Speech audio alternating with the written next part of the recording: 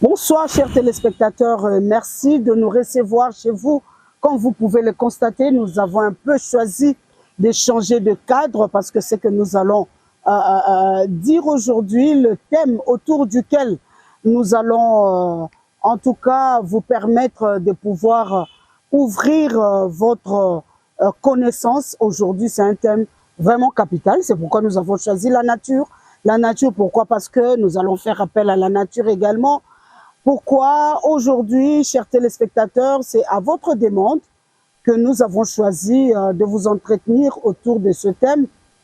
Le mariage qu'il y a entre la méritocratie et la spiritualité, les deux concepts que la République démocratique du Congo, dont la République démocratique du Congo a besoin pour son émergence, pour son développement. Du moins, c'est ce qu'a toujours affirmé le premier méritocrate, celui qui a initié cette école en République démocratique du Congo. Il s'agit bel et bien de Maître Paty Lendo. Et il a des adeptes, il y a déjà des étudiants, il y a déjà des apprenants.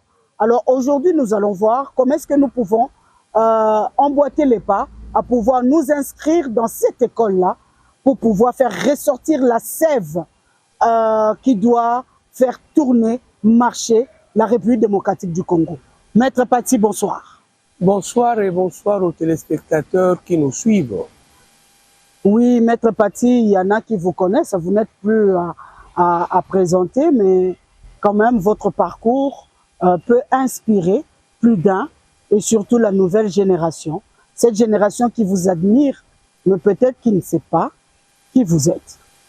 Ben, vous savez, j'ai la malchance d'avoir côtoyé certains grands, mais il y a notamment le professeur Vincent de Paul Lunda Bololo, qui m'a toujours dit, et je prends cela comme je dirais un agrégat comportemental qui me lie vraiment la peau. Donc, je ne viendrai pas dire je suis celui-ci, je suis celui-là. Je pense que cela ne vaut pas tellement la peine. Mais ce que les gens doivent connaître, c'est que Paty Joseph Lendo, ben, il a fait les études littéraires au collège Elikia Sainte-Anne. Paty Joseph Lendo n'a pas été en 6e année des humanités pour avoir obtenu son diplôme d'État en 5e littéraire. Et Paty Joseph Lendo... Pourquoi 5e littéraire? Ben, j'étais à l'Athénée de la Gombe, oui. Quand j'ai quitté l'internat du Congo central à Tumba. Il y avait un professeur qui m'avait cautionné et c'était la première fois de ma vie de reprendre l'année. Okay. Et j'ai dû même quitter l'Athénée parce que ce professeur-là m'avait collé 0 sur 200 en français. C'était en 4e littéraire. Okay. Pour une bêtise que je ne saurais pas justifier aujourd'hui.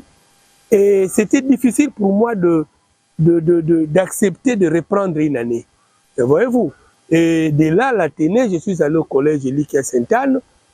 J'avais cette hantise-là, okay, d'avoir subi la mauvaise volonté, okay, de ces professeurs. Okay. Et étant un partisan de Agendu Munatu Susum, c'est-à-dire, je ne suis pas né pour supporter des choses. Moi, je suis né pour agir. Okay. Et je devrais agir pour prouver à ces professeurs-là qu'il avait commis une boutade qui ne saurait pas me coller ad vitam aeternam, c'est-à-dire tout au long de ma vie. Voilà pourquoi je suis allé au collège Elikia Sainte-Anne, j'ai repris la 5e année, et plutôt la 4e année, et quand je suis passé en 5e année, ma promotion originelle était en 6e, oui, pour ne pas subir, okay, la mauvaise volonté de ces professeurs. Je me suis inscrit comme autodidacte tout en étant en 5e. Okay. Et j'étais parmi les meilleurs de ma promotion de 5e gradué, 5e littéraire au collège de Sainte-Anne. Et j'ai présenté les examens d'État. J'étais en 86 parmi les rares Quinois qui ont encore ouvert la porte à cette gymnastique-là de passer par la voie des kangourous, brûler un peu certaines étapes. Donc voilà, et après là, Paty Joseph Lendo est de la première promotion de Sarma sous le maréchal Mobutu. Donc, je voulais tellement faire l'armée. Et Mobutu, à l'époque, 86, il créa le service d'action de renseignement militaire. J'étais fasciné par la publicité qui accompagnait le recrutement des jeunes à cette école-là. Et je voulais être commando. Comme on était dans les arts martiaux, j'ai dit commando. Contre le gré de ma famille, on n'a pas de militaires dans la famille. Ouais. Donc, je me suis dit, mais je vais faire le militaire comment? Et commando en plus. On est allé au camp Kokolo, on est allé au ministère de la Défense nationale. Oui, je suis allé, il y avait une direction DOI, direction de l'organisation et de l'instruction, ministère de la Défense nationale. Quand je suis allé là-bas, ils m'ont dit, ah, mais pourquoi tu veux faire le SARM au lieu de faire carrément le faux? Mais je n'en pouvais rien. Je suis allé. Allez, faux. Non, non, SARM, 86. Ok. Et ils nous ont dit que nous serions des gens que l'on utiliserait dans des ambassades comme des militaires intelligents. Ok. Et quand je suis allé, je m'étais rendu compte que dans le rang, avant d'aller à Kitona, mais il y avait des gens qui savaient un peu écrire leur nom. Alors j'ai compris que c'était un piège du pouvoir pour me dérouter de la voie de la réseau scientifique. Okay. Voilà comment j'ai quitté le SARM, mais mes collègues, ils sont là, colonels. Il y a même un général de ma promotion au SARM. Okay. Et je suis rentré, bon, je voulais aller en Europe. Le professeur Bayon était encore ministre de l'enseignement supérieur ou je ne sais plus quoi. Je devais avoir une bourse. Par Bayona, bien sûr, mais après il a quitté. Je suis allé à l'UNIKIN. Voilà, l'UNIKIN, je fais le droit. Et là, les gens disaient, ah, j'ai diplôme d'état na fiko fio. Donc, côté aller na campus. Mais na campus, ceux qui ont étudié avec moi, ben, ils savent que j'étais parmi les meilleurs étudiants de ma promotion. De la première année à la 5e année. Voilà ce que je suis. Magistrat, ancien magistrat. J'ai commencé la magistrature au parquet de Kalamou. Et j'avais pour encadreur Maman Os, comme on l'appelait, par des initiales, Maman Sungoemba. Et cette maman m'a beaucoup marqué.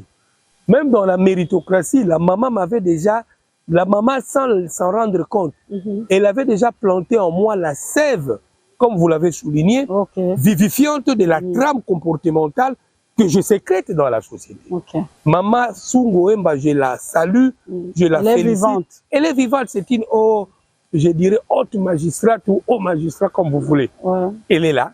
Donc voilà, de là, après j'ai fait un tour à la Gombe. De la Gombe, feu mon papa Singa Oudjou m'avait fait venir à son bureau pour me faire comprendre que pour mieux faire les choses, il a préféré que j'aille ouvrir le tout premier parquet d'Idiofa. Et j'avais comme chef de parquet à l'époque, c'est plus encore le monsieur, mais un gars qui était aussi sympa. Je suis allé à Idiofa, première fois pour moi de quitter le centre-ville, la lumière, pour aller travailler dans la brousse à Idiofa. Et là, j'ai l'avantage, je le dis comme au fait pour les jeunes qui commencent aujourd'hui, il faut toujours laisser des traces dans la vie qui recommandent votre mémoire à la postérité. Et là, je cite Napoléon Bonaparte. Donc voilà, la trace indélébile de mon passage à Idiofa comme magistrat, j'ai eu le mérite d'avoir arrêté pendant 48 heures le plus riche d'Idiofa. C'était un Français, M. Wolka. Vous l'avez arrêté alors que c'était quelqu'un... Je vous dis... C'était un intouchable, je vous dis, 80... Là, c'était déjà dans les années 95, 96. Je le fais arrêter. Je dormais chez les prêtres. Ça s'appelle le camp Lacan DPP. Hein, l'église catholique, les amis le savent. Et Monseigneur, à l'époque d'Idiofa, c'était feu Monseigneur Bilechi. Et le monsieur français, là, Wolka, c'était un ancien prêtre défroqué. Donc, il était prêtre, hein. Après, il est tombé dans les mondanités. Il a eu des femmes, après, on l'a mis de côté. Il est resté à Idiofa comme le plus puissant. Ceux qui connaissent l'histoire d'Idiofa, en tout cas les aînés, savent de quoi je parle, monsieur Wolka. Il avait l'antenne parabolique, il avait des véhicules, il avait l'argent. Et quand je suis arrivé, comme toujours, la Bible dit, ça je le dis aux jeunes, on va parler spiritualité, la Bible dit, dans la vie, il faut apprendre à refuser certains présents. Parce que certains présents vous corrompent sans que vous ne vous en rendez compte. Et en plus, la sagesse dit avec mes parents, quand quelqu'un vous donne du pain, donnez-vous quand même la peine de regarder ses orteils. Manza kaneza motindoni. Ce qui est tondi samina bosoto, kolia lipa wana. Donc voilà pourquoi, de par mon parcours, mon cursus, je suis sévère vis-à-vis de moi-même. Je ne souris pas avec n'importe qui. Je ne prends pas quoi de n'importe qui non plus. Et cela me justifie. Et quand M. Wolka tombait dans le piège, il avait extorqué une Jeep à un jeune de Kaemba qui était diamantifère à l'époque. Eh bien, le jeune ne pouvait rien faire. Quand il va à la police, gendarmerie à l'époque, personne ne lui donne raison. Monsieur Wolka, c'est l'homme fort. Quand il va au niveau des districts à Boulungu, qui lui donnera raison? Quand il va au niveau de Bandundouville avec le gouverneur feu le professeur Payanzo. Et Payanzo, malheureusement, je saluerai sa mémoire, jusqu'au dernier moment de sa vie, il avait un respect pour moi impossible. Parce qu'il ne pouvait pas s'imaginer qu'un jeune que j'étais en 95, un magistrat, que je puisse mettre la main sur Wolka pour arrêter un homme qui est matériellement fort. Parce qu'il n'aime pas de croupir contre la liberté, voyez-vous. Il n'aime pas la prison. Il n'aime pas la privation de la liberté. Wolka m'a proposé de l'argent, madame. Sa femme, elle était une mbonda, mbonda. Parce qu'à Idiofa, il y avait des mbonda, des badinga, et il y avait encore une autre truc. Les tétés étaient un peu une minorité là. Mais ils m'ont proposé de l'argent pour que je ne mette pas la main sur Wolka. Ils avaient un cachot là-bas qu'on appelait Oleli Oleli, qui n'était que pour le petit monsieur, le petit frétin. Moi, j'arrive, magistrat, le tout premier à Idiofa. J'ai fait venir M. Wolka, le commandant de la gendarmerie sous Mobutu, c'était un certain capitaine Katumbaï. Je crois qu'il est en vie. Et son adjoint, c'était colonel Nzouzi. Il doit être au district de la Lukaï au Congo central. Nzouzi, il n'est pas encore mort. Katumbaï, je n'ai plus de ses nouvelles. Eh bien, Katumbaï venait me voir pour me dire, chef, vous allez me conduire. Mais muto bengi si wana ngana ko ko ko joyete to keto me la tipa na ye po bo solaka na nenga famille. J'ai dit à Katumbaï, puisque au benginga chef, cher ami, capitaine, oui, l'autorité civile prime sur l'autorité de la police. Si tu ne m'amènes pas ces messieurs demain matin avant 8h30, je ferme le parquet, je veux voir mon papa Singaou du ministre pour lui dire là où tu m'as envoyé, là où vous m'avez envoyé papa, il y a un capitaine de la gendarmerie qui me refuse de travailler. Quand il a appris ça, il a eu peur. Et le matin, il est venu avec M. Wolka.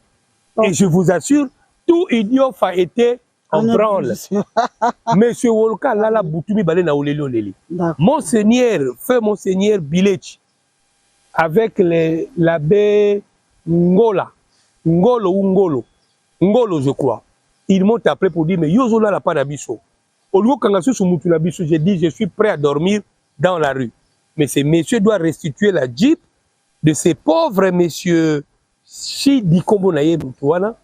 Et Wolka zongi sa Jeep, appelle ça Mbongo, Babongi Sayango. Et monsieur Chidi, quand tu l'as eu l'argent, je crois $4,000 à l'époque, l'esprit congolais. Avec Orlando Magistrat Nassima. Oh chef, voilà, il y a eu c'est quoi ça?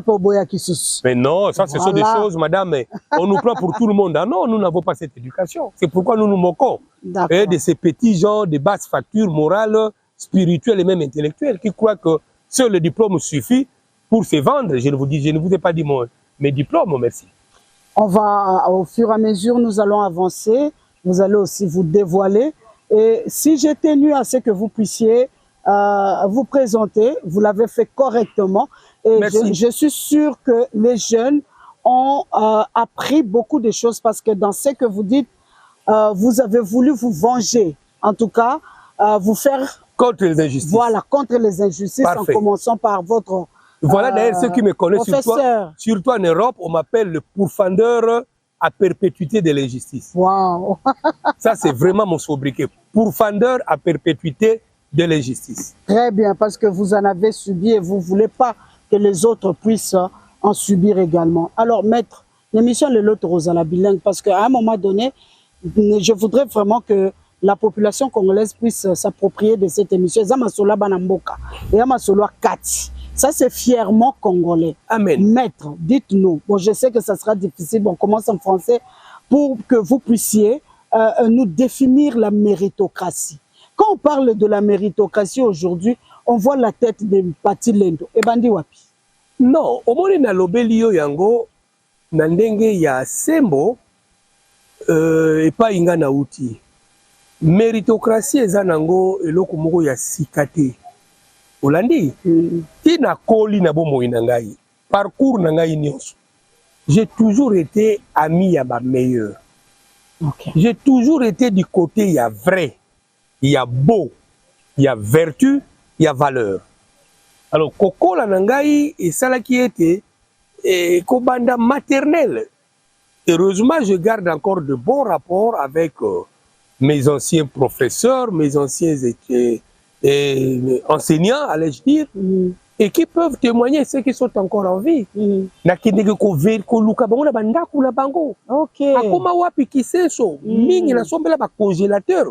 ne suis pas venu ici pour parler de ça. Mais professeur nangai na yebisaka bango mais omoni lelo nga na komi boye. Soki tokeno aux États-Unis, autangi je ne fais pas l'apologie de ma personne. Mais soki autangi kombo ya Paty Joseph Lendo na congrès américain, na bandi mi balemi stade banayo, nous le connaissons ces messieurs. Okay. Je ne suis pas ministre congolais. Okay. Soki tokena yo na France, na Quai d'Orsay, ba directeur mi balemi banao, mettez Lendo. Non, faites-le entrer directement. Okay. Ça, ce sont des choses que je peux vous dire. Mais si je suis celui-là aujourd'hui, le secret, c'est où? C'est quoi? Omoni, seri moko, babimisaki Lendo, moyibi, mutalokuta, balakisi na baitanomike. Yoko kembangu, soko yiba kite, okembangu, nangana koma na dossier. Soko koma iloko wana, na ina lo bango mbangu. Moni, j'étais tellement sûr de moi, spirituellement, na une émission na yo, moni, nazala ba dispositif, nyonso ya molimo. Oh. Avant na yapa na yo natali micro ozotie la ngai ndeko azotia micro na yebi déjà que micro eza na lokote na ba réalisateur na ba caméraman na ba caméra passé au pensa na lobi na yo sincèrement bongo présentatrice bon na lobi na yo présentatrice ti na yepa na yo na lobelo loko moko nzamba lobi na ngai ozamba to ye ayebi pe ko banga no bitumba na yo te Titi yo vandi bitumbeza makasi na lobi no na micro na yo na TV na yo bo enregistrer là kobanga na yo te nyata frein. Donc je rentre pour dire que omoni baye ko bundisa ngai peuple fait beloko wana mboka Kongo eza mboka nzambe obi noka kama mawe tant nazo tambola la bia tozala bo socialité mama mboka oyo soki kaka biso na vision ya biso mboka oyo eza na mutu akolela pasi te mboka oyo ndenge nzambe asala yango ngana kenda na Israël na mboka ya Yesu pa batia le tombeau est vide mutu amemanga kuna un rabbin nazaka nga moko mutu mwindu tala mandefu batuni oh noir oyo nani babi non un touriste noir de quel pays? Zaïre, Congo. Oh le rabbin me dit le jour où vous le Zaïrois congolais vous prendrez conscience de votre portée prophétique. OK. Nandanga rabbin ayebi Congo te. Le jour où vous prendrez conscience de votre portée prophétique, namboka nabino kolele kozala muke. Mais hélas. Donc au moni la question na TV moyibi. Nazo seka. Na sali ba aventure na ngai. Mais président moko ya Afrique mi balé. Moko bengi ndeko muso apesinga binanga. Soki na mboka wana place no ezate yaka pa na ngai. OK. Et je me permettais de citer notre président. Le président du Bénin, Yahi Boni. Je le cite aujourd'hui. Lui m'a dit, tu passes ton temps dans ton pays. Dans ton pays, là, on ne te comprendra jamais. Viens, je cite Yahi Boni. Il n'est pas encore mort. Non, il est vivant, Yahi Boni. Il est vivant. Yaka Namboka, pendant 7 minutes, Yaka Namboka, je te fais citoyen béninois. Oko vivre malamu, pesanga liste de famille non nyos na mi bango na Bénin. Oko vivre malamu, oko regretter Congo te. Mais j'ai dit à ces présidents-là, heureusement ou malheureusement, nous avons bâti un Zaïrois congolais. Méritocratie, c'est un pocho scientifique, tout ça là. Abinanga, na moni po na uzana makanisi na peso mbongo. Ok, ni namboka na usala musala politique. Mais qu'est-ce qui justifie que yo faut ça mbongo papa? C'est pas ça. Yango na pesa ka batu soko biso to komi ko kosa. Et parti abili comme lokuta na tiki koloba. Parce que quand on vient parler on gagne rien. On vit bien la vie. Alors, donc, comme on est président africain, à lobby, na landi ba image on ba yebi Singapour na yo. Mboka na bino n'aura plus de chance. Comment les voyous peuvent présenter un monsieur comme toi, voyou? Ngabi mais yes ba benga kena. Ba tchaki même na barabasi. Ba tchaki yesu muyibi. Apona ina bango barabasi. Alors limbisa bango pezaki makambo nzambe. On l'a dit. Donc voilà en fait méritocratie outinde wana. Na kangama ne loko wana makasi. Valeur. Soko tangi na Bible, batu nyonso yo nzambe asali la, bazala ba valeur. mais mboka na biso la Bible peka elobi azwaka biloko ezangi tina komisi tina. Attention, OK. Tina ya Nzambe ezali po na biso liboma. OK, oui, ça c'est Bible elobi yango. Tina mayele ya Nzambe ezali liboma. Olandi ngai? Mayele ya Nzambe ezali liboma. Pamba te oyo yo moni tina te wana Nzambe atomboli. Mais est-ce que vous êtes sûr tina te na yo ezali tina te ya Nzambe? Mais mutu Nzambe atomboli po azala mutu yo na miso ya Nzambe. Amen. Yango na yebisaka batu baleki bandimili méritocratie. Lelo yo bosalaka mikolo nyonso ozosambela na se ya moyo oyo. Mama obimi na tongo tala. Tokomi na buto lingo lalokanga miso koma soki tokomaka biloko nini na yebi na ngana lote. Tala nanu nini yo sali pona lokumu ya Nzambe pona esengo ya moninga na yo. Et moi je fais ça. Yango moni nazozonga ipene, nazozonga ndaku la okene njili. Na moni mama moko lembi na bakoli na telemi. Mama oke wapi? Mama kota na tika yo azobanga. Papa, maman naza mwana yo. Je ne fais pas pour la maman. Je fais ça pour moi, c'est l'élément que j'ai commis pour la gloire de Dieu en cette journée. Tant on a la boutique Nzambe, maman na ebiete. Na memi na mutu kananga na tie climatiseur, maman yo comme mon papa kitoko, ebi ke mon papa kitoko pesa kana mokilio. C'est une bénédiction. Ouais. Alors, quand vous parlez des valeurs aujourd'hui, maître Patilendo, des valeurs namboka na biso. Et comme moment qu'on dirait abstrait. Pour Nanini Lelo, on parle plus en termes des antivaleurs. Les valeurs, on les puise où? À partir de la maison? On les puise où? À partir de l'éducation? On les puise où? Ou on les épuise où? Et comment aujourd'hui, tu commis des antivaleurs jusqu'à ce que tu vas maudire même Boka Nabiso pour ton un aspect spirituel? Et là, les hommes ont Boka Nabiso, il faut pas tout ça là. Et là, les hommes ont et là, on s'attend à longue biso. Transformation à Moutou, qui est notre semblable. Le mal du Congo, c'est l'homme congolais lui-même. Et c'est là où Satan a vendu. Moutou yabo moto, et biso tolobi bo na vision politique tozo sala. Il faut ça la politique, mais bon ça la musala. Il faut yeba nazo sala musala pour la nini. Batu yeba kasusu te komi kaka ngulu. Kibudi ba Congo. Akutali na mutuka akomi chauffeur. Akutali na guitare akomi na yeboy. Asali boy, c'est ça. Vocation ezali susute. On l'a dit.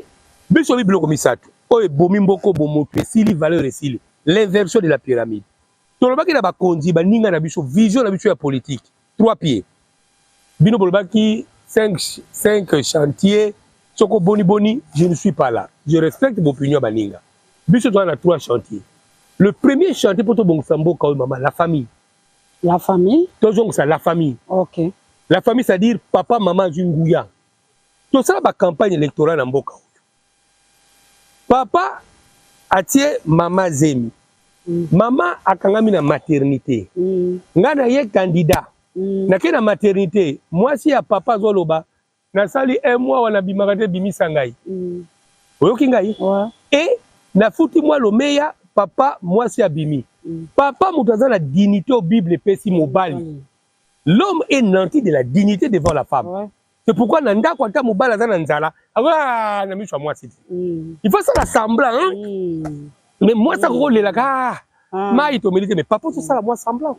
Mais mobala zo le ga la TV. Merci honorable Lendo. Soko yo tene madame Akangamaki. Mais la dignité elle est où? Mais tu as une belle famille. Le Moutou est différent des autres. Nous, le Moutou, ce sont des valeurs ancestrales. Makile Moutou est sacré. Aucune dignité est sacré. Donc, comment les familles sont confiées? Papa a ses amis, à l'Ougingana Gobimisile Moisi. Nandaku, papa bimaka 5 heures, pour un mikolo, embouteillage, transport, comme 5 000 francs, et ben, maman bimaka 4 heures pour que les libons. Bana babotami na tongo. Bana bamona gelonga papa ça fait 7 jours. Dimanche papa zo kende ko forcer pour maximiser recette. Pour bana bakolia ndengeni. On vu le jour au jour. Donc au monde que le kwana bana papa za la terre ko ça la autorité parentale na été. Tant biso tozo ko les alaki na quartier na yo pe mwana maman José tozo sala biloka boy. Les deux en sous-souté. On ne sait plus identifier l'enfant par ses parents. Les en sous-souté le quartier. Ok, moi na professeur de ça kuluna. Oyo moi na pasteur moyibi na quartier. Donc to comme la milimelo. Donc la famille. Il faut tous autres autorité à mes parents. Parce que la première école il y a instruction à bon mot à la famille. toujours ko les alaki maman na ba pourquoi papa yé na musala cadre mais aza na terre obete bino masapo. Oui, tout à fait. Lisaponge na mboka moko roi azalaki na basi na misato atuli bino question siko moi sini alingaka roi mingi nyonso ezaki na teza kolekisa tango te. C'est ce qui a forgé bon moto la biso mais lelo na kotourno te mama ozwaka bana tango swana bana no erni olongwe coordination ya RTNC de 20h ovandaka kuna musika tokobate pona mokili komia bien sécurité okomi kuna na 23h bana bazalaki mama azati na bana basi na bana mibali balali lobi fo bima 5h 6h po embouteillage ko bana musala na mwana mwasi moi monaka mama neti donc comment ni Romulus na Remus soko la nature et comme guide alors bon mot c'est les biso donc comment le quoi restaurer la famille c'est-à-dire quoi to cha politique ya musala ya ba boti ezonga na lokumu to zongi sali futa kalezala ki les 15 papa n'a pas pas qui a les 15 ouais. Au moins le dimanche moi radio zo beta phono voilà banzembo akala papa zo na moi primus là les zakasuti maman fin du mois moi li puta papa ina ngoya maman c'est ce qui faisait affermir l'amour dans libota mais maman comment ko ko yemoko parce que sa papa il papa yo mto somble kinga yango voilà le mariage n'existe plus la famille est détruite conséquence les enfants dans la rue sont comme des Romulus et Remus restaurons la famille bazo éducation diffuse ceux qui t'ont raté base ya bo moto ya moto fini. Deuxièmement c'est l'école. OK. Comme deuxième pilier, il y a restauration pour bon samboko l'école. Aujourd'hui l'école a quel visage? Ngai moko na kendeki na école moko na tanga école primaire, ça fait 2 ans ou 3 ans. Na moni balakisimi balé bazaki ya tangu na ngai bani 70. Na tali sapatu ya enseignant na ngai. Na reconnaître talent wana kaka mais abakisi biloko likolo pour soit bouillé, c'était bouillé. Ah. Je me suis dit mais c'est pas normal. Oyokingai l'école elle est où? Nazo leka, nazo tala l'état sali système ko pesa ba agrément na école privée. Mais pour ko pesa ko autoriser école, il faut que ça la paie études environnementales non? L'école sera placée où? Mais na moni école ango ou d'abord la carte école la cour ezati. C'est qui était un handicap. De deux, soko bimi na école ango goudron. Je la mituka. Donc on ba wewa, tout la mituka. Quand l'état autorise ba école place wala. Est-ce qu'a songé vraiment la bana wala? OK. À l'époque l'école totanga bazai ko exiger faut mabele zala la cause il y a travaux manuels faut bozala la cour faut bozala vraiment au union ce zaba matériel didactique le cours le cours la science naturelle oui ben ko pesa na libanda oui bando pesa na libanda tala avocatier oh yo mais c'était ça tamba zo ebisa yo noyau yango noyau ba kati mukokoli ya avocat ba chali yango omoni yango voilà oyoki ngai lelo nyonso wana ezati balakisi bakoma ba parents pauvres. Pour mon abisso, ba professeur nabisso ba enseignant primaire, professeur aye lundi à Bakos, écharpe. Ça pas tout le monde ça pas tout cirage à kitoko. Mais le professeur a comme moi na mawandenge ni. Alors biso valeur pesa soutenir ça ba élève na. Olongwe na école wana na quatre école tout ça la maternelle, primaire, tout ça la université. Alors mungai na biso que quand je vois tout ça l'école, j'ai pitié de mes professeurs. Alors je me dis si l'État azo sala loko pona bango te lelo si ba imboka bazo yeba loko wana te mais ngai na éducation ya ngai na devoir na zwa banda na botami ya redevabilité ya bolango basali na bako na baninga mususu madame la gratitude la reconnaissance est une vertu tout à fait soko moni mutu aza reconnaissant batu basali bolamu te aza ingrat c'est un monsieur qui a raté sa vie sur cette terre même azala mituka même batombo lié na pouvoir azale mutu moko raté et batu wana ceux qui ont un service à sécurité et comme ils ont biso moko moko beaucoup monde tout ça la tamis naturelle ya bakonzi bali bato babi maman Joseph wana vraiment ceux qui ont un ordre de vis-à-vis na yo moko et bon dans l'état ko pese lokoni voilà cause à déséquilibre donc au monde de l'école alors nga salaka ça ceux qui me connaissent le savent na uti na porte le professeur nanga moko na kendeki na ndako nila kiseso na memelie sapato bana bazo tuna papa nani yango abi non ngapi professeur yo da école songolo te nga ilendo comme les aki mwana mayele quand même Tout le monde je le fais, ah oui, je le fais. Pourquoi? Parce que oyo nzamba tienga i Bible lobby ni yo zanango oyo ba pesi yo.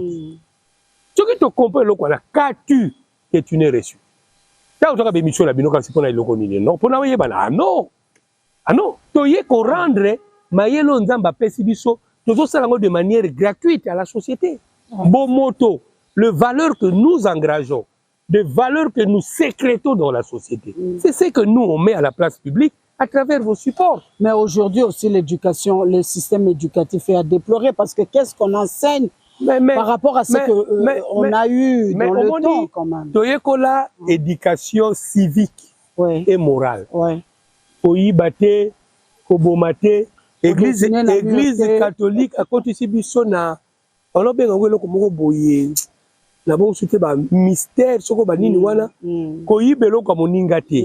Biso kole kozo kende na sima papa kwesi mwa mouchoir na ye olandi papa mouchoir na ye. Ba pesi yo mbongo na balabala. Osimbi ngo zozonga mbango na ndako. Maman, on m'a donné ça. Par qui? Maman Josette. Vous la connaissez? Ah, maman, prenez ça. Mais bana lelo. Soko pesi même le bien que le pesi papa na yo. Il faut faire la mise. Rubrique. Papa n'a pas 10 000. Quand on a dit que bêti les bacs, policiers ont 3 000. On a justifié à l'onglet, il y a un. Voilà. Et personne ne donne. Toujours tia kana babiloko wana ti. C'est ce qui gangrène la société. Tout à fait. Et donc ils ont corrompre ba mental na biso yango wana. Biloko amike mketo négligea ki. Nyonso wana toza nango lisusu te. Bomoto eza lisusu te. Ngai moko na bomoto. Accident ya circulation. Camion Masanga est bomi plus de 40 personnes. Et outaki Congo central na niveau ya cité verte. Badiadingue plutôt.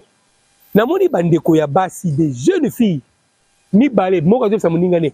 Je cite Mireille, son Mireille Lukanga te pour la tangi Mireille quitter. Mireille Nzambe. Ngam na tamu na sakosha munene. Lui na tamu maboko pamba. Masanga ko so pas di kuna Mireille. Na regretté na tuka 5 bouteilles. Alors qu'il y a des morts. Oh, mon équipe a katani. Moi c'est monsieur ma colonie balé katani. Mais bana baso na bazo mona wana te. Mireille ngaye la mal chance les l'autre. Ngam na tembo na sacoche na ngai lelo na bimi sa sacoche telo okazwa boy. Voilà bon mot ndenge to bebisi. Omoni l'école et comme ndenge école. L'université bo créer ba LMD na bino ngamoko c'est quoi aux l'université songolo pesa moi bana cours songolo o biso bana LMD o biso bana boy. Mais on peut faire des choses proprement. On fait une transition rationnelle. Où on quitte le système ancien, on adopte le système LMD. Alors le système LMD en Gopé, on dirait Zamouan Moutoumboutuna.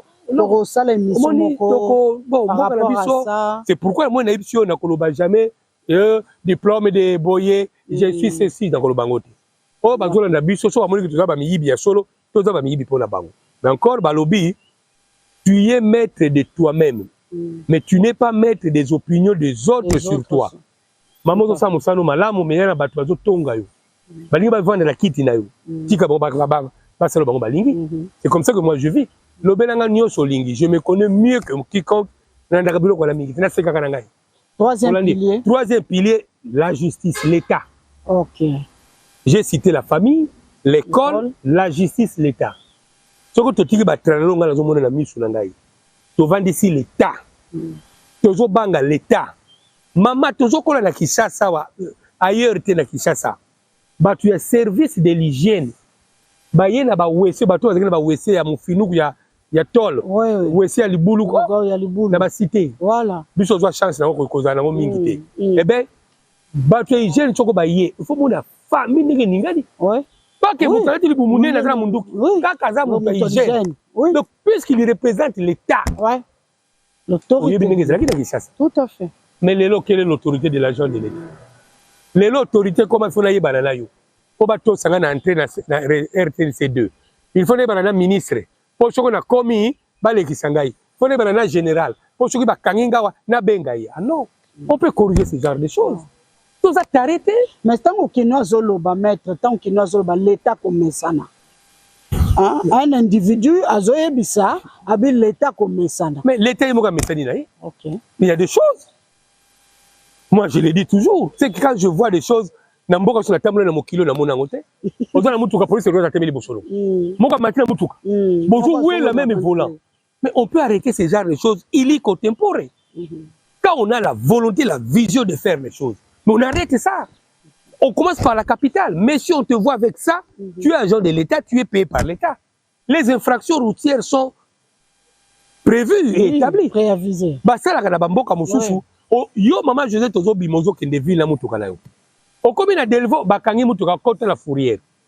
Tu n'avais pas prévu ça dans ton planning de la journée. Et on t'oblige. Madame pour continuer payer ça $100. Papa man disait $100, $300. Même au lobby dans mon condition ngolo. Ah mon cher bango bazalaka bongo. $300. Mais même ici on a foutu amende à l'été à $500. Mais vous payez ça n'a pas occasion. Vous payez ça n'a pas papier dans la poto contravention. Bah c'est le mois papier. On organise le système, il y a ma plaque d'immatriculation de véhicule. On sécurise en fait le chariot automobile, en tout cas qui se meut encore dans la capitale. Madame Josette, Azana Jeep tel, plaque tel, et Vandaka Boye. On sait avoir. Mais biso, ils ont la raté. Moutabimaki na tongo, on a monaka pour sur la Delvaux na maternité wana. Parce que na moi si na yeko bote na maternité, bakangi mutuka. Azo bonde la élément wana. J'étais venu intervenir, j'ai dû donner un petit riz pour la libérer passer au moi. Mais la femme était prête à mourir. Comment les bons mots ça sous-souté. Donc comment quand on a n'a ko joini. Accident. J'ai une fille à Zoloba. Eh ngaye na tambola na sacoche. Donc azo mona mastanga o etikala ki na mabele. C'est pas. Azoloba teke muninga na mwasi nini. Toza la sous-souté. Okomona biso tozo kola totanga ki na ba boulevard on a tenu de la Gombe. Na collège Likia Sainte-Anne. Si on a kati sanzela, moi maman Simbio. Eh, moi tu traverses. Attends. Moi maman Simbio. Maman noté. Oui. Ngala zama nianga maman Muluba, maman Kandolo, maman Mbui asimbi ngai. Akati moni pembe bambui, akati singa na ngambo natra. Moi tu prends quel bus? Maman je vais prendre ligne 11 pour faire Lemba. Maman de fois Zelio, allez, vas-y. Mais na mona kana okumba mutuka. Maman, mais moi na wana simba yete. Papa za moi na ngai te. Alors je regrette nos mamans qui sont mortes. Nos mamans nous ont appris autre chose. Mais les gens comme on a moi makasi maman za na bébé. Aujourd'hui kana mutuka aider ye o memaye. Mais attendez côté mususu. Mais non. Alors moi j'ai fait Asina ko banga pete le pe comme moi makambango comme mbilinga. Oh memi mutu na balukelo na kata mutuka. Maman, malamu okufa pour la justice ya Nzambe. On pour la justice Yamokili. Mais je vous ai dit, non, parti Joseph Lendo escroc. Justice Yamokili, c'est la gueule côté. Donc, il y a un auditoire sous Kananzela, non? Mais justice Nzambe, c'est ça là. Et là, je suis heureux. Mieux vaut pas bon maman Josette, les locaux yo yébité. Les locaux pas panza parti sango. Parti wana boye, ngala ndaka biloko wana te. Ce sont des gens qui sont en déficit d'éducation. Des petits esprits. Des gens de basse facture morale. Okay. Ah ben je vous l'ai dit. Basse facture morale. Je n'ai pas le temps na kipakayo. Na okeno wapi. Ngambo naza d'abord sur nanga, naza fier nanga lendo, na occupé Mansoni, Mangwanda, Lumbaki, na okeno wapi. Ce sont des gens qui n'ont rien en eux-mêmes. Qui vendent, qui me vendent en fait les autres à la place publique. Voilà. Alors maître, to salipon na spiritualité. Lelo balobi République démocratique du Congo, soki batuni yango, statut na yango. Quelqu'un m'avait dit, quand vous posez la question, Burkina Faso, c'est le pays des hommes intègres. Ok? Quand on retourne en Égypte, hein, le pays des pharaons. Quand on retourne donc il y a des pays qui s'identifient par rapport. Oui, il y a des symboles bon côté. Bon, République démocratique du Congo, Zanini. Non. Ton côté spiritualité déjà. Hein? Oui, spiritualité, on mboka le mboka ya mbutu mbutu. Oh. Mboka silikoti. Est-ce qu'au départ mboka ya sangisa. Et ça ni. Olandi. Ce qu'on a dit histoire malamu. Bon, c'est peut-être malheureux parce que la Zangunza, c'est-à-dire bateau au Kimbangu, Et moi l'autre ça comme bandoto alobaka mo makambo. Ah, donc yo po l'autre kaye. Non, soko na biso mama ko bima lobi te ko bima te. Ah. Là je vous dis sincèrement. OK. Soko yebinga malamu, j'ai toujours été sûr de moi. OK. Et yango mona quand même politique na ninga na kate. So mona nga nazaki na parti songolo na longwe na ko pa songolo. Mukonzi songolo ye nazaki na gangi simana na ke pa songolo. Je reste méritocrate. Aux oppositions scientifiques. Je reste méritocrate. Opposition scientifique parce que on a dans mon condambo kaza moko na biso. OK. On a bien opposition, c'est-à-dire nazo sungaite. OK. Les lots nazo ça la gouvernance scientifique méritocratique. OK. Gouvernance. Donc ya mabe naza la place na l'extra message papier na ko ça lebi na notika ko pa itel. Na poete lebi no sali boye ngai na moni ngo mabe. To ça que non émission forum. Quand on a dit contrôle technique dès lundi et ben bandi on a ça qui on ah non on les ali piège bali ka mokonza mo et le contrôle ngo non est-ce que bandi nous on a fait notre part non et quand il pas mokonzi pe mboka za mututi ata na souci mboka tambola malamu nous voulons l'aider pas ya koganga ka boye non nous l'aidons avec notre sagesse notre intelligence et la méritocratie jouxtant les valeurs que nous prenons, que nous incarnons en nous-mêmes. Mais la spiritualité en République démocratique du Congo. Congo est un peu comme Fumukimbango. Wana balobilinga na ba Yuda, na kendeki na Jérusalem, na kendeki na Bethlehem, na kendeki na Jéricho, na kumisa na Nzambe. Soko Nzambe lingio mama ko lakuso banzela moko. Le peuple mo to na bino ke ya Nzambe za liboma Nzambe za maele na biso. OK. Mais maele na biso na biso Nzambe za ka liboma. Omoni, je na kendeki na Jéricho. Mais ba juif balobi nanga il est papa Simo Kimbangu ane wana na kendeki na bile ba juif balobi to bongisa nkamba balingi bayaka na nkamba. OK. Ezala mwana mwasi moko na kotanga kombole mingi te pa ibani mingi na mokili oyo ayaki na mboko boyebi. Mais je peux la citer non na sali lisumu te nazo sala pédagogie spirituelle. OK. Madame Finda Corona oyebaki ye une femme puissante dans le régime du président Kabila au début. Ah, d'accord. Avant 2006 élection. OK. Madame Mola Zaki, mokonzi ya Fonds social de la République. Témoignage nazo sala soko bengi après émission bengi papa Alphonse qui solo kele. Ba webiso ya solo. Na mimaka ina nkamba. Nga ne baki ba posa na yete. Ne baka yete. Na tangi mama Finda. Mama Finda zalaki leki ya président ya Sierra Leone. Président Koroma.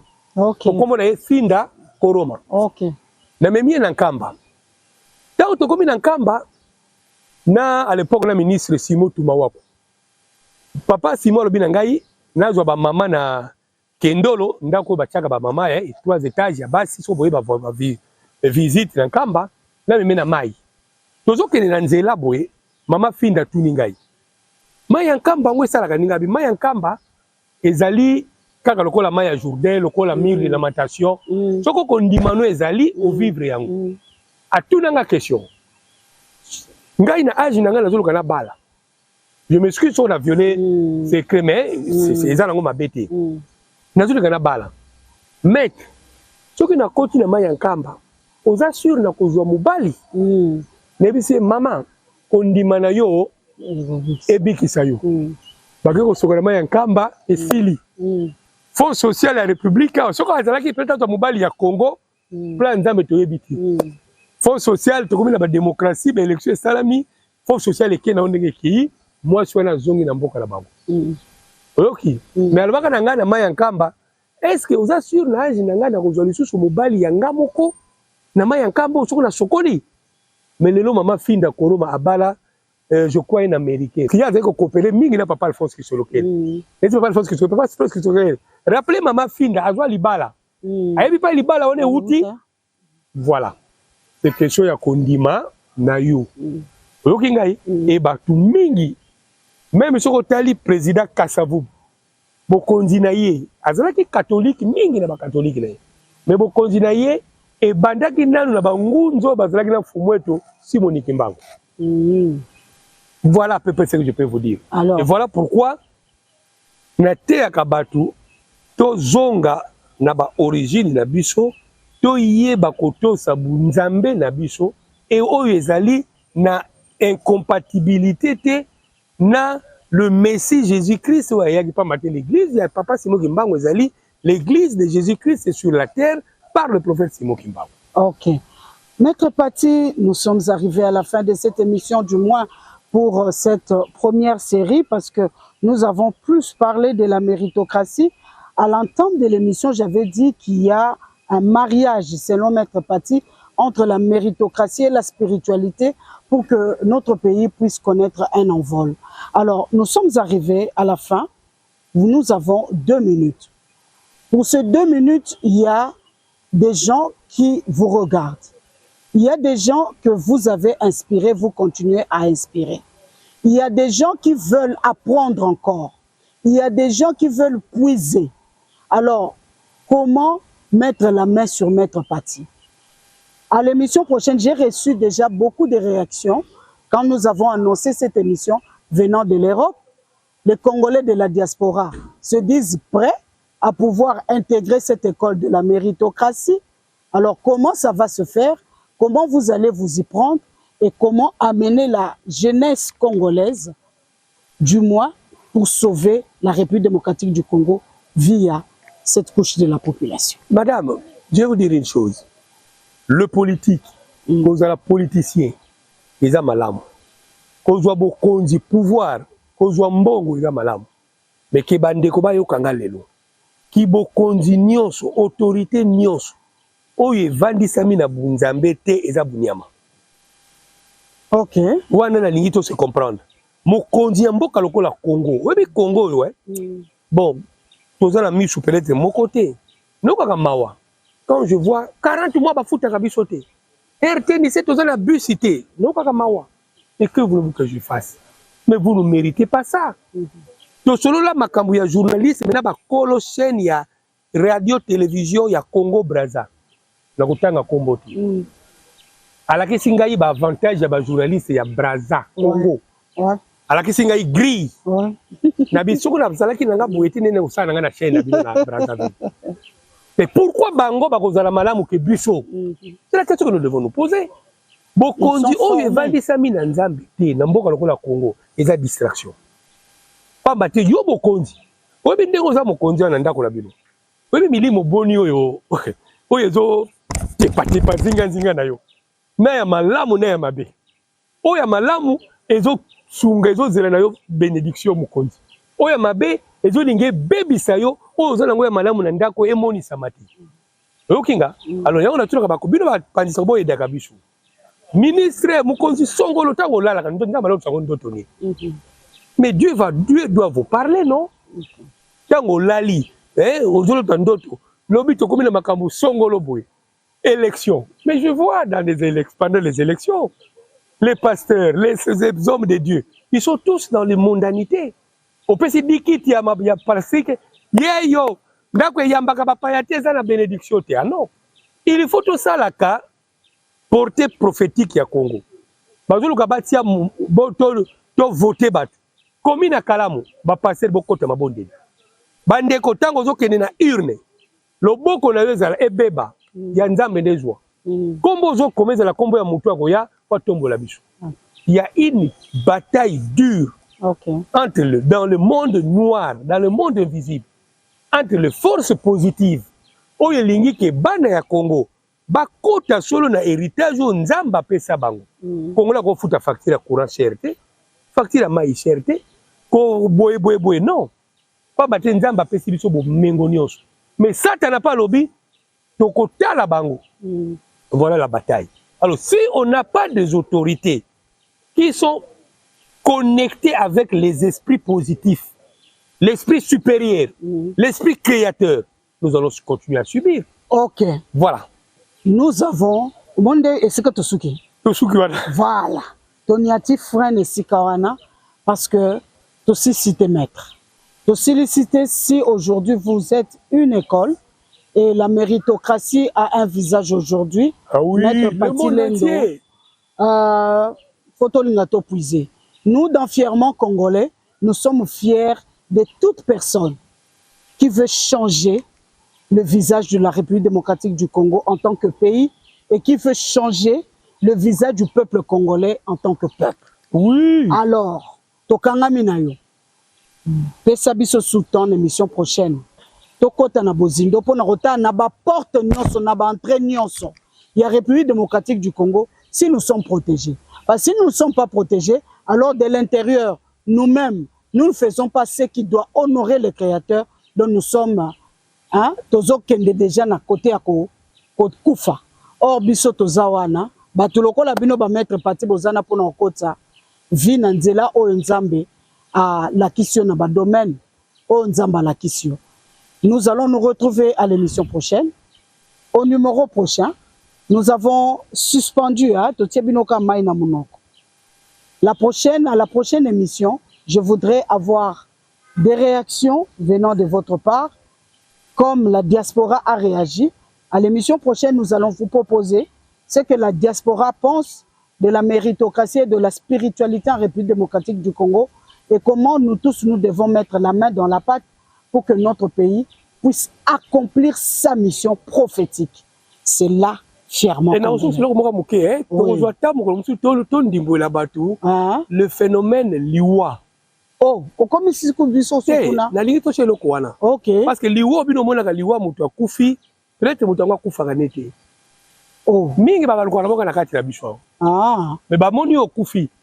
Mo kufi noté. Ozalo na mokili la biso. Ok. Yango na ba mama na ba pa ba liwa ba bibembe. Mais na komi ko ka mawa na mboka la biso. Mama to mwana bébé à 3 mois kene ne bembe koko akufi. Koko nini akufi? Koko mobali na ngai. Tata mwasi na ye. Oya bota ye. Mais quel rapport entre koko na bébé à sika? Non, sur le plan spirituel. Non, je vous dis le problème du Congo est spirituel. Ok. Ce que tu socialité tu raté rendez-vous, je ne veux pas que notre génération les cas. Maman tu es dans mon qu'il y a pas si hein. Ce que je à watelelo. Au kufi. Pour que cela lui fait l'autre. Alors on s'en moki. D'accord. Merci beaucoup, nous allons tout faire pour que notre pays ne puisse pas rater sa mission ici sur sa vocation prophétique. Sa vocation il faut mboke que de liboso. Nous regorgeons les besoins mondiaux et comment nous-mêmes nous devons rater notre destinée. Il y a République démocratique du Congo avec sa population, faisala de manière claire, foyebana. Et ce gani babombango tokende peut-être rokundo yango pour que la génération future a assuré pérennité Yamakambo à la République démocratique du Congo. Merci maître. Je crois que nous commençons à comprendre dans cette école de méritocratie. Nous comprendre déjà. Les vrais et les faux Yamboka. Merci beaucoup, même s'il y a des photocopies. Hein? L'original les a. On se retrouve au prochain numéro, maître. Merci d'avoir disposé de votre temps pour mettre à la disposition des téléspectateurs ce que vous avez comme savoir. Ingeta.